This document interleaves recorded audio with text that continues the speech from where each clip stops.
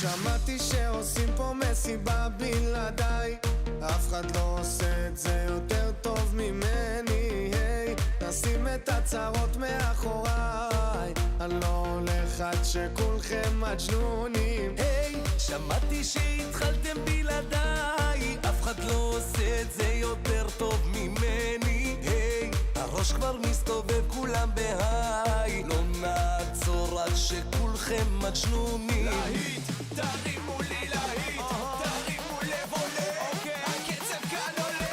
מהפכה של שמחה, כי כולנו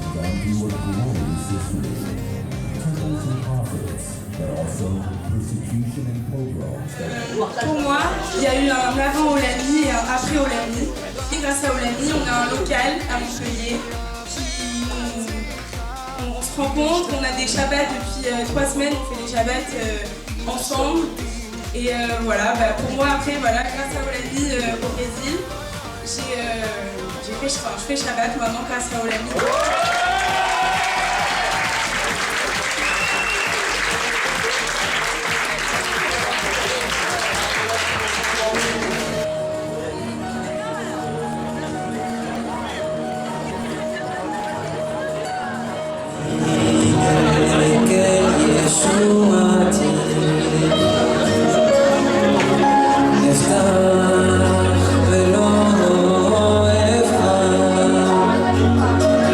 כי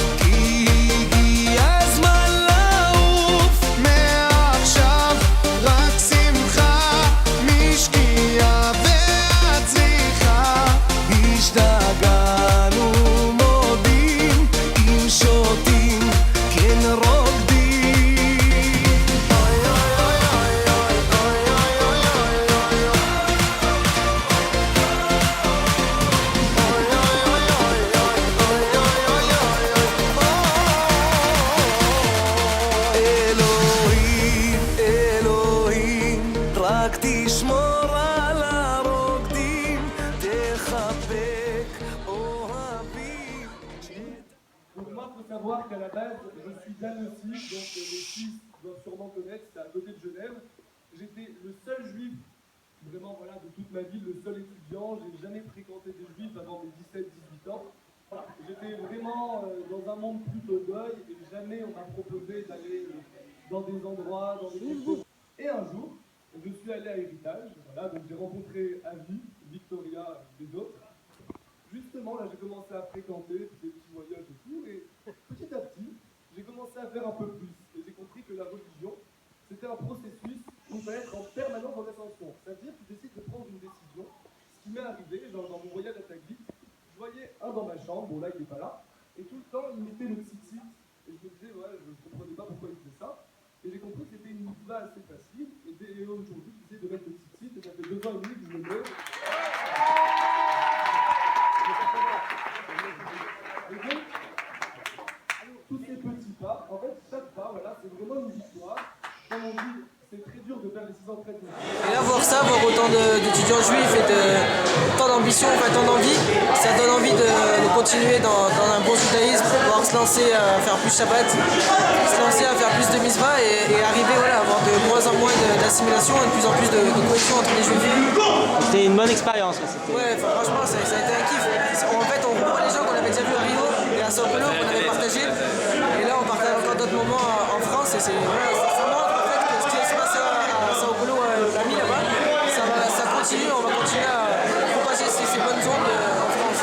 D'accord, merci beaucoup. Un Shabbat unique, oui, où il y avait beaucoup de générosité, mais une générosité partagée à la fois par les étudiants, mais aussi par les responsables. Ce qui est extraordinaire, c'est de voir l'intérêt qu'on donne justement à cette jeunesse